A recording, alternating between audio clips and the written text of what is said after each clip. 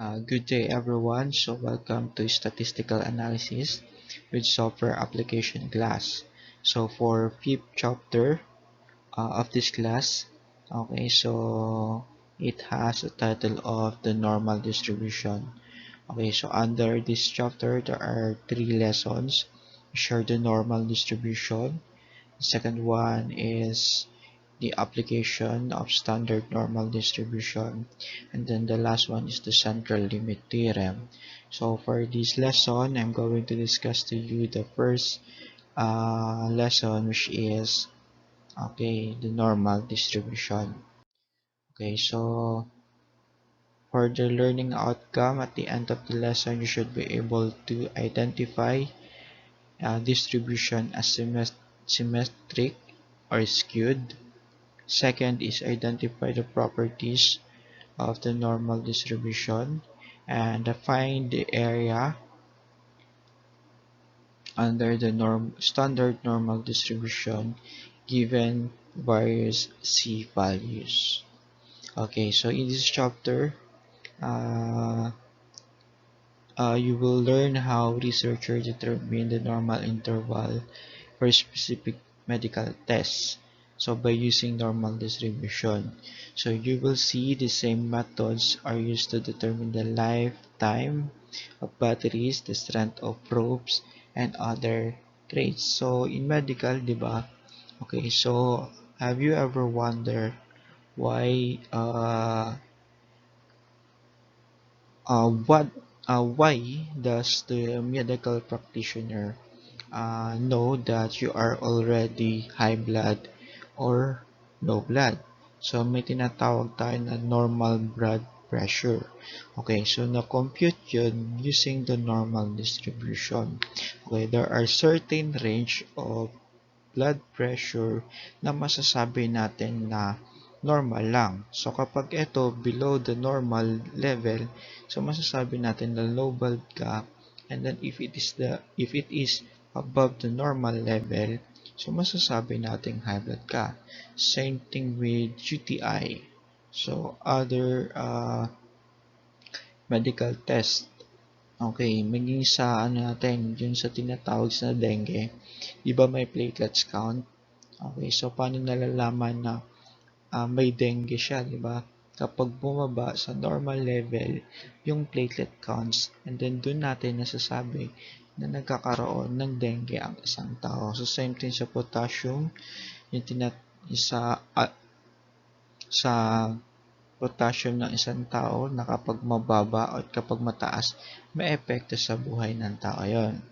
Okay, so part of introduction, so random variables can be either discrete or continuous. Okay, recall that the discrete variable cannot assume all values between any two given values of a variable of the variable. Okay, so on the other hand, the continuous variable can assume all values between any two given values of the variable. So for example, of continuous variables are the height of adult men, body temperature of rats, and cholesterol of adults. So many continuous variables such as the examples are just mentioned have distribution that are bell-shaped, and these are called the approximately normal distributed value. If the given distribution is in the bell-shaped form, okay, so we can assume that it is normally distributed variables. So paano natin malalaman na it in the bell shape? Na kapag from the given raw data, ginawa natin siya ng distribution, frequency distribution, and then frequency distribution table, and then convert natin siya into histogram. Okay, so kapag nag-form siya ng bell shape, so normally distributed siya. Okay, so histogram for the distribution of heights of adult men. Okay, so here example of the distribution, okay, of the height of adult men. Okay, so for example, if the researchers select a random sample of 100 adult women, and then he measures their heights and construct the histogram. So the researcher gets the graph similar to shown in figure A. Okay, so that is the random sample of 100 women. Okay, so it will form this kind of distribution or histogram. Now, if the researcher increase the sample size, okay, and then decrease the class width, okay, it will form this one. Okay, dinagdagan ang sample size, okay, binabaan yung class width, kanya yung magiging form niyan. Okay, and then, okay, so if the researcher again increase the sample size and then decrease the class width further, okay, so magiging ganyan yung forma niya. And then, finally, uh, it if it is possible to measure exactly the height of all adults and female in the United States and the Philippines and plot them, the histogram will approach to what we call the normal distribution as this one. Okay, if you're going to get the height of adult women here in the Philippines, I rest assured, okay, na makukuha natin yung normal, approximately the normal distribution, okay, for the entire population of the Philippines. So, magiging ganyan na yung forma niyan. Okay, so normal distribution, okay, it is a continuous, symmetric, bell-shaped distribution of the variable. Okay, so that normal distribution also called as a bell curve or Gaussian distribution, named after Mr. Carl Friedrich Gauss. Okay, so from 1777 to 1855, and he's a German mathematician. Okay, so kaya tinawag siyang bell shape. Okay, from histogram makikita natin yung bell curve. Ayan, yung Hughes bell. Kaya tinawag siya na bell curve. Okay, so for the types of distribution, so when the data values are evenly distributed about the mean, okay, and the distribution is said to be symmetric distribution, or that what we call the normal distribution is symmetric, okay, as shown in figure A. So kapag mapapansin natin, okay, yung basis natin ay mean, if the mean median mode are equal or approximately equal, so we can say that it is symmetric. Okay, pag sinabing symmetric, kung ano yung area ng nasa kaliwa, ganun din yung area ng nasa kanan. Kung ano yung sukat ng nasa kaliwa, ganun din yung sukat ng nasa kanan. So that is the symmetric. Okay, so kapag naman yung majority of the data or the values of the data falls either to the left or to the right of the mean, okay, so the distribution is said to be skewed. Okay, so just like here in figure B, okay, so negatively skewed. So paano natin masasabi when is the time that we can say that it is negatively skewed? Okay, sa kapag yung majority ng value ay nasa right side, okay, nasa right side ng mean, okay, masasabi natin siyang negatively skewed. Okay, negatively skewed. Kumbaga, kukonti yung nasa negative side niya.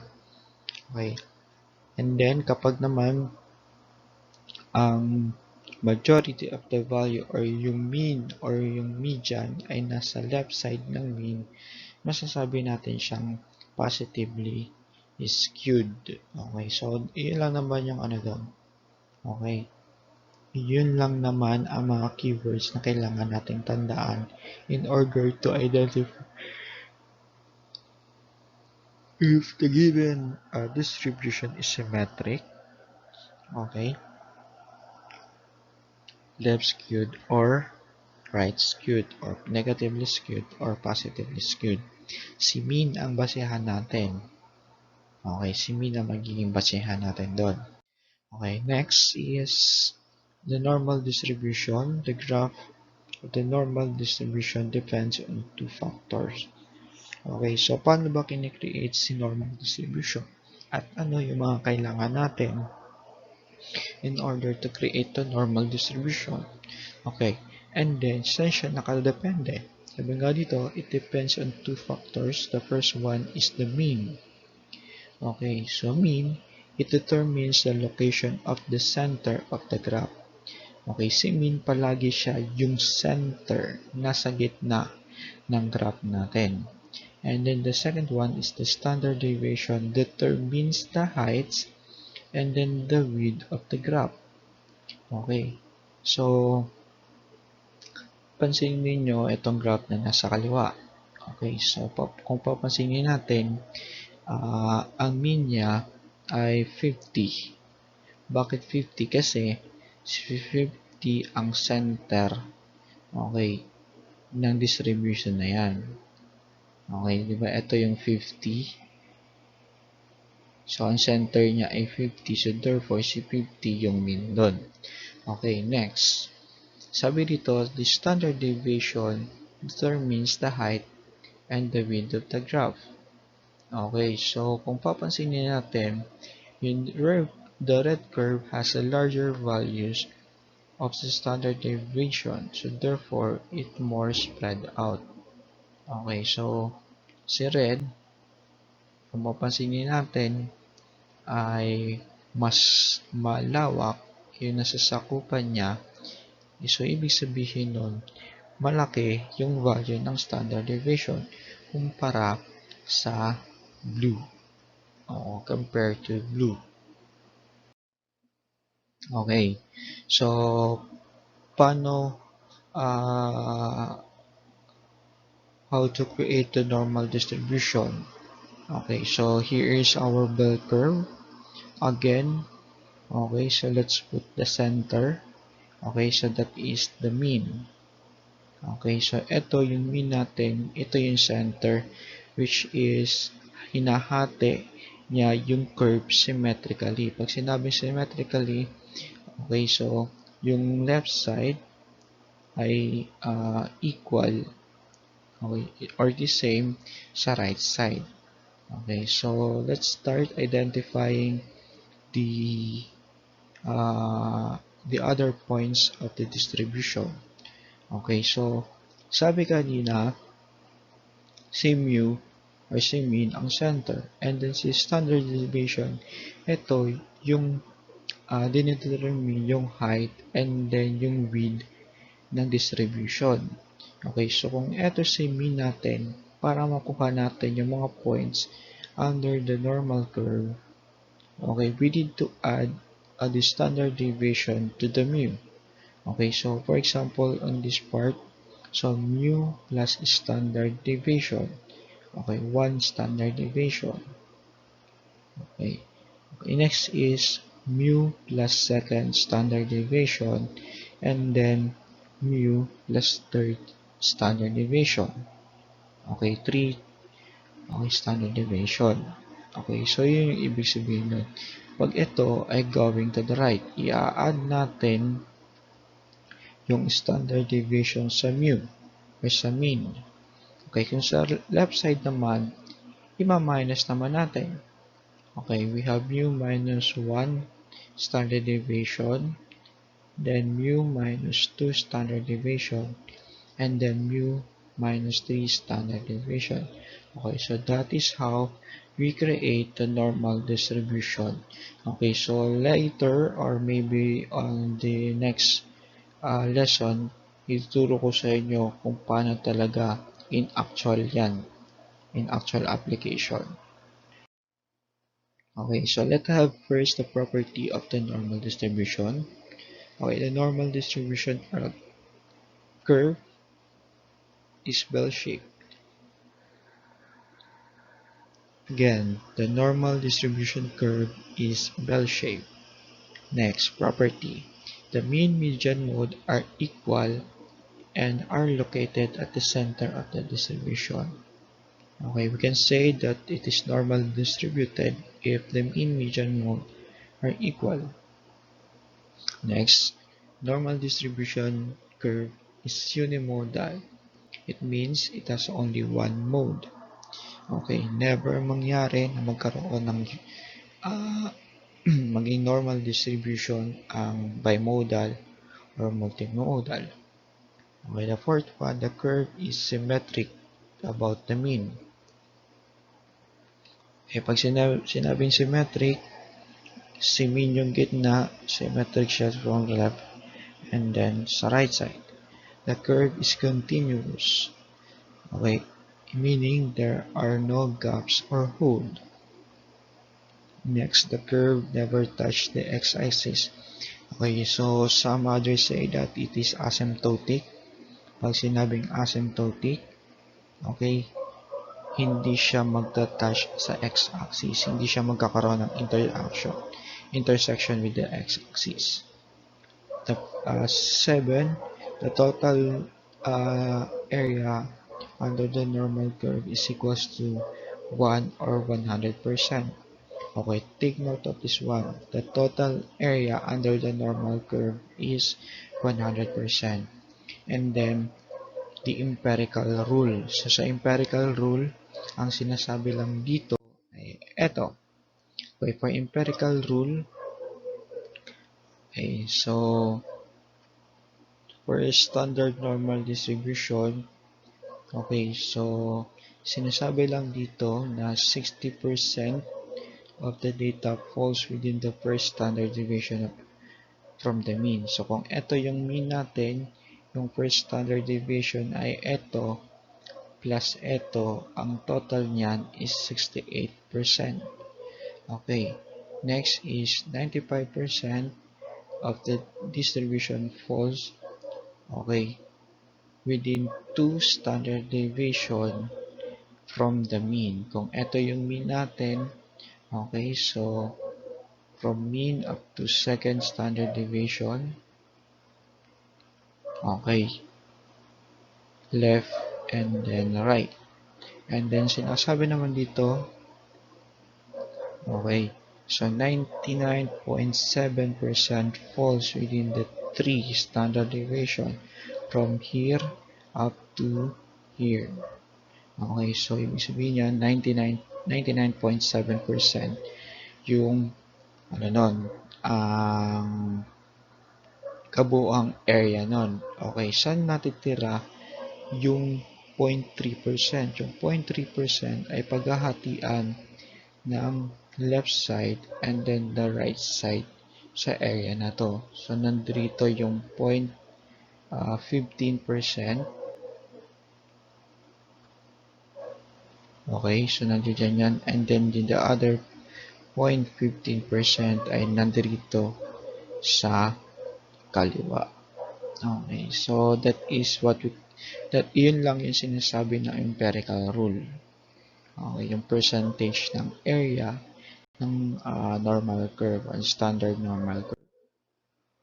Okay, so ano yung pinagkaiba ng normal distribution sa standard normal distribution? Pag sinabing standard normal distribution, okay, it is normally a normal probability distribution that has mean is equals to 0 and standard deviation is equals to 1. Okay, so why we need to convert normal distribution to standard normal distribution? Okay, first is to standardize the distribution so that only one table of areas can be used for all normal distribution. And then the second one is to compare the values from one normal distribution to another normal. Okay, to another distribution. Okay, so ito yung pinagkaiba nun. Okay, so as we can see, ito yung normal distribution. Nung ini-standardize siya, ito na yung naging resulta niya. Okay, so Dito, sa normal distribution, ang mean niya ay 1010 because siya yung center ng distribution ng curve. Okay, so same thing like this one. Okay, so again, okay, kung ang mean ay 1010, ano yung standard deviation? Okay, just simply get the difference from first standard deviation to the mean. So we have 1030 minus 1010, so that is 50. So therefore, at 20 rather. So therefore, ang standard deviation ng distribution na to ay 20. Okay, kaya ang papasinin natin, so 1010 plus 20, we have 1030 plus 20, we have 1050 plus 20, we have 1070. So dito naman sa left side, 1010 minus 20, we have 990 minus 20, we have 970 minus 20, we have 950. Okay, kung standardize natin yan, yung center niya, yung mean niya ay magiging 0. Okay, mapapalitan siya ng 1, 2, and then 3, or positive 1, positive 2, and then positive 3 sa right side. And then sa left side naman, mapapalitan siya ng negative 1, negative 2, and then negative 3. So that is how we convert, okay, from normal distribution to standard normal distribution.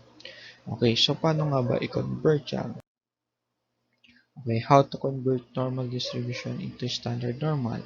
Okay, so gagamitin natin yung tinatawag na C-score ay yung standard score.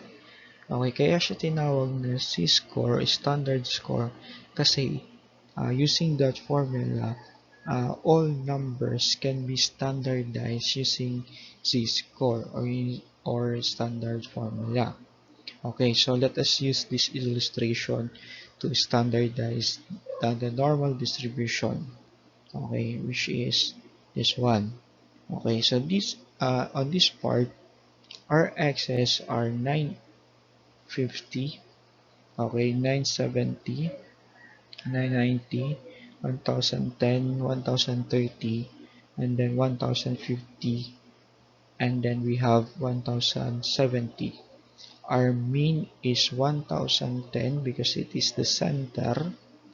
Okay, it is the center of the normal distribution, and the standard deviation is 20 because it is the difference between the first standard deviation plus mu or plus mean. Okay, so that is 20. Okay, let's start by this one, 950, using the formula of Z score. Okay, we have C is equals to 950 minus 1010 over 20, so that is equals to negative 3. So eto si 950, okay, ang counterpart niya sa standard normal is negative 3. Okay, next, 970. Okay, Z is equal to 970 minus 1010 over 20. So this is negative 2. Okay, ito si 970. Okay, ang counterpart niya ay ito. Okay, next, 990. We have 990 minus 1010 is equals to over 20 is equals to negative 1. Okay, ito si 990. Okay, ang counterpart niya sa standard distribution is negative 1. Okay, next, 1010. Okay, so 1010 minus 1010 over 20 is equals to 0. Okay, ito si 1010 at ang counterpart niya is 0 sa standard normal distribution. Okay, next, 1030. Okay, 1030 minus 1010 all over 20, so that is equals to 1. So, eto si 1030. Ang counterpart niya dito ay si positive 1. Okay, next is 1050. Okay, 1050 minus 1010 over 20, so that is equal to 2. So, this is 1050. Okay, ang counterpart niya ay 2. And then, last one, we have 1070. 1070 minus 110. 1010 over 20 is equals to 3. And then, we have, so from normal na 1070, okay, so naging standard normal na siya as 3. So that is how we standardize the normal distribution. Okay, so this formula is applicable to all, okay, to all excess or value that we need to standardize. Okay, next, let's talk about the area under the standard normal curve. So most likely we use to what we call the standard normal distribution table. In short, that is the Z table. So do not be confused about the table kasi may mga table na nag-start sa 0 to Z. Ibig sabihin ng 0, nag-start siya sa mean. Okay, di ba kung ito yung ano natin, kung ito yung normal curve natin, okay, so may mga may mga table na nag-start sa sa 0. Okay, pag sinabing 0 to positive Z, okay, so ito yung starting point niya. May mga table naman na nag-start mula dito sa left side at kinukuha niya yung koba o ang area ng curve. At may mga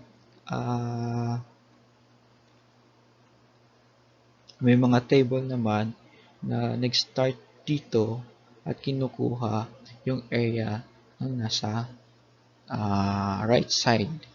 Okay, so etong table na nakikita nyo ay nagsimula dito sa pinakadulo, okay, to the right. Ayan, so ito yon. Pero ako, ang ginagamit ko ay sa pagkuha ng area ay yung from 0 up to Z. Okay, up to Z. So kasi para sa akin mas madali yun kasi total symmetric naman ang normal curve. So ibig sabihin kapag kinuha ko yung area ng 1, okay, from 0 to 1, makukuha ko rin yung area ng 0 to negative 1.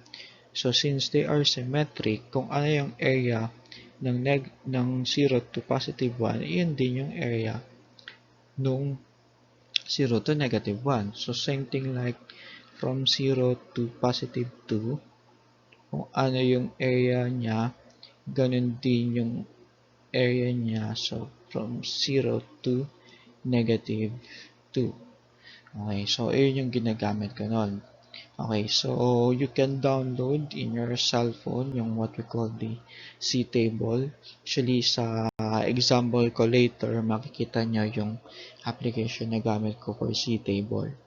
And then makikita nyo din doon na ang area niya ay from 0 to 5. Okay, so let's proceed in finding the area under the normal curve. Okay, so eto, mga step na to, okay, to the left of Z. So first condition is to the left of any value of Z. So look up at the Z value in the table and use the area given. Okay, so pag sinabing left side ng Z value, kung ito yung Z natin, ito yung left side niya. Okay, so kung negative Z, ito naman yung left side niya. Okay, yung table na pinakita ko sa inyo kanina, iyon yung applicable para sa condition na to. Okay, to the right side of Z, okay, look up the Z value and subtract 1. Okay, from the area. Okay, subtract area from 1. Okay, so kung ito yung z natin, yung sa right side niyan, magma-minus 1 tayo. Bakit minus 1? Kasi nga, di ba, the area under the curve is equals to 1. Okay, and then kapag between naman, okay, so look at the value of c and subtract the corresponding area. Okay, so kukunin natin yan. Actually, medyo tricky kapag ginamit natin yung table kanina in getting the area between the two z values. Okay, pero again, take note, ang gagamitin kong area or the z table is 0 to z. And then isasama ko sa attachment ng activity nyo yung 0 to z para iisa yung galaw natin at madali kong ma-checkan yung gagawin nyo. Okay, so example tayo, find the area under the standard normal curve. Okay, find the area to the left of z is equals to 2.06. Okay, so please be careful yung area na kukunin natin. Ang sabi dito, to the left of z is equals to 2.06. So first step, draw the figure. So ito yung figure natin. So assuming na ito yung 2.06, kukunin natin yung area to the left. So yung area to the left of 2.06 is this one. Okay, so we need to get the area of this part of the distribution. Okay, so next. Okay, so using the C table, let us look at the area that falls to 2.06. So, ito yung favorite ng mga estudyante ko dati. Okay, so, paano gagawin dito? Para ka lang nagmo-multiplication table. Para lang siya multiplication table. So, una natin kukunin yung part na 0.02. Okay, uh, sa first column, and then next one is yung 0.06. Okay, so ito yung z natin, z table natin. Okay, so as you can see from 0 to z. Okay, yung kumbaga yung kung kaninang area natin ay yung kung kaninang bell curve natin, kung ito yung 0 natin, okay, medyo pangit. Okay, kung ito yung 0 natin, okay, so at ito, so this is our 0, and then kung ito naman yung 2.06 natin, 2.06, okay, yung sinasabi dito na 0, from 0 to z, ang area na kukunin lang niya ay ito. Ayan, ang area niya from 0 to z is this one. Okay, so first, locate natin yung 2.0. Nasaan si 2.0? Yan, ito siya. Yan. And then, hanapin natin sa taas, okay, yung 0.06. Okay, so ito yon. So, therefore, yung area niya ay ito. So, it is 0.4803.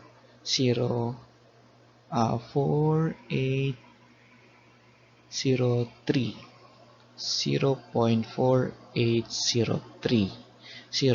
So, itong 48030 na to, ito lang yung area na to. So, that this area is 0.4803. Ayan. Kaya lang, ang sinabi dito, find the area to the left. So, ibig sabihin, kasama pa yung area na to. So, kung ang kabuang area ng buong curve ay 1. So, therefore, meron pa tayo ditong 0.5. Okay, 0.5. So, therefore, mag-a-add tayo ng 0.5 sa 0.4803 to get the whole area ng curve. So, that is equal to 0.9803. So, therefore, yung kabuong area ng curve na nito ay 0.9803.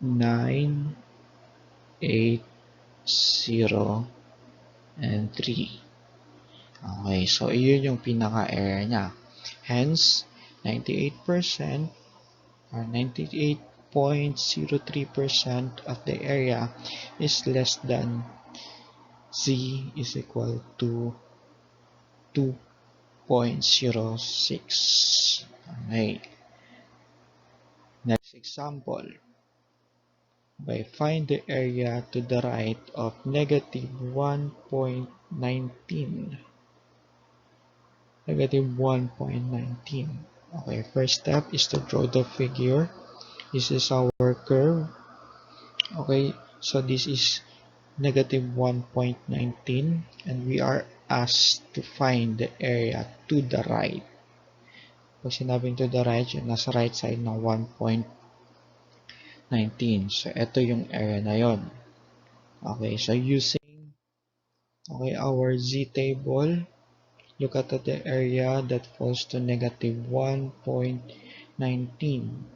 Okay, so gaya ng sabi ko kanina sa inyo, okay, sa normal distribution, okay, so sa z table from 0 to z, okay, so kapag nakuha natin yung area ng negative 1, ay ng positive 1 rather, from 0 to positive 1, okay, yun din yung area from 0 to negative 1. Okay, kaya using the z table from 0 to z, okay, so pwede nating kunin yung positive side ng 1.19, negative 1.19.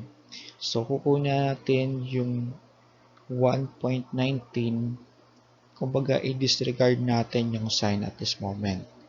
Okay, so we have 1.1, natin yung 1.1, ito yon. And then, hanapin natin yung 0.9. 0.9 ay ito. So, therefore, ang intersection niya, ang area niya is 0.38298. Okay, 0.38298. Okay, yung area na yon, okay, yung area na yon ay from 0 up to negative 1.19. So, ito lang yung area na yon. So, therefore, meron pa tayo dito. Ano yung gagawin natin? Okay, just simply add 0.5 to this one. So, we have here 0.0830. So, ito ay inano na natin. Ni-round off na natin into 4 digit. So, plus 0.5. So, that is 0.8830. Okay, so hence, the area, okay, to the right side of negative 1.19 is equals to 88.3%. Okay, how about this one? Find the area between z is equal to positive 1.68 and z is equal to negative 1.37. Okay, so let's draw the figure. Okay, so ito yung positive 1.68 at ito yung negative 1.37. Yung area na kukunin natin ay sa pagitan ng dalawa na yan. So therefore, ito yon. Okay, so ang kagandahan ng paggamit ng area from 0 to z, okay, kung ito ay from 0 up to this part, ang kukunin natin, and then from 0 up to 1.37 yung kukunin natin, i-add lang natin yung dalawa na yan. Okay, so paano yon? Okay, so first, let us look the area that falls to positive 1.68 and the negative 1.37. Okay, using C table, let's start to this one. We have 1.6. Okay, so ito yung 1.6. Okay, and then let's find the 0.8. 0.08. So, ito yung part na yon. So, that is for positive 1.68. Okay, next is from negative 1.37. Hanapin natin yung 1.3. So, ito yung part na yon. And then yung 0.07. 0.07. So, that is this part.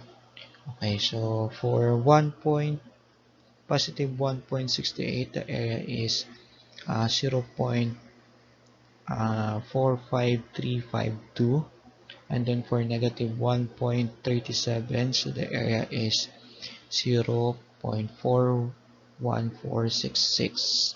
Okay, so again, in order to get the whole area from negative 1.37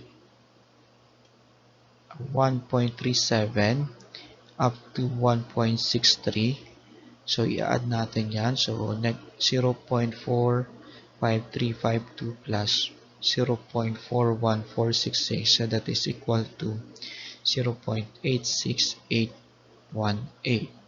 So hence 86.82% of the area is in between positive 1.68 and negative 1.37. Okay, so next is the normal distribution curve as a probability distribution curve. Okay, so those area ay applicable din siya sa probability distribution curve. Okay, so the normal distribution curve can be used as a probability distribution curve for normally distributed variables. Kapag hindi normally distributed yung variables, hindi natin pwedeng gamitin si normal distribution curve. The fact that it is continuous means that there is no gap in the curve. In other words, for every z values on the x-axis, there is corresponding heights and or frequency of the value. So, ibig sabihin, kahit anong value ng x and the z values, may corresponding na frequency yon.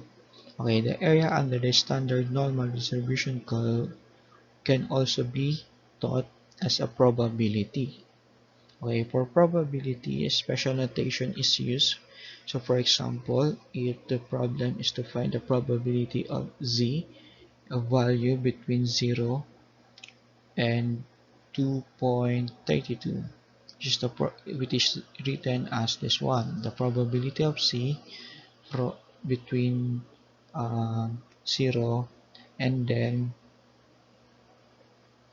2.32, or the probability of C is uh, greater than 0 but less than 2.32. Okay. For example, okay, so find the probability for P, okay, a probability of Z, okay, which is greater than 0 but less than 2.32. Okay, so first thing first, draw the figure. Okay, sabi rito from 0 up to 30 at 2.32. Okay, si C daw ay greater than 0, okay, greater than 0 but less than 2.32. So therefore, yung shaded area niyan ay ito. Okay, on this area. So using the z table, let's find the area that falls to 2.32. Okay, una natin hanapin si 2.3. Okay, 2.3 is here. And then next is 0.2. Okay, 0.2 is here. Therefore, it is 0.48983. Hence, the probability is 48.98. So, ibig sabihin nun, okay, there is 48.98% probability na ang data ay mag-false doon. Okay, yun yung pinakakabuong area nun. Okay, next. Okay, find the probability of C which is less than 1.65. Okay, so draw the figure. Ito yung figure natin. Kung ito yung 1.65, so less than 1.65, okay, so yung lahat ng ito. Okay, so using the Z table, let us look at the area that falls to 1.65. Okay, so first let us look at the 1.6. So 1.6 is here, and then we have 0.05, 0.05. So it is 0.45053. Okay, since yung area na to is from 0 to Z lang, or 0 to 1.65, mag-a-add tayo ng 0.5 para makuha natin yung area na yon, which is less than 1.65. So we have 0.45053 plus 0.5, so that is equal to 0.950353. Okay, so hence the probability is 95.05%. Okay, the last one. Find the probability of C is greater than 1.91. Okay, so first draw the figure. Kung ito yung 1.91, yung area greater than 1.91, so ito, yung Z natin, ito yung part na yun. Okay, so now, what are you going to do? Okay, next is to find the area that falls 1.91. Okay, so here, so ito yung 1.91. Ito yung part na to, and then yung 0.1 ay ito. So therefore, hence it is 0.47193. Okay, so ano yung 0.47193 na yon? Okay, yung area na yon ay from 0 up to 1.91. So ito yung part na yon. So ngayon, paano yung gagawin natin para makuha natin yung area na to?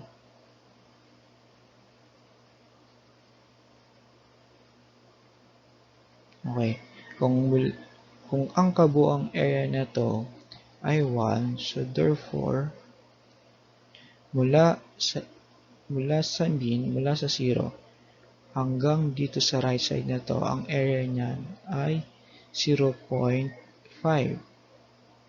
So therefore, pwede nating i-minus itong yung area nito sa 0.5. So we have 0.5 minus 0.471393, so that is equal to 0.02807. So therefore, or hence, the probability is 2.81%. So yung area na to, yung blue shaded part na to, is 2.81%. Okay, so that's all for today. Thank you for listening. And God bless and keep safe.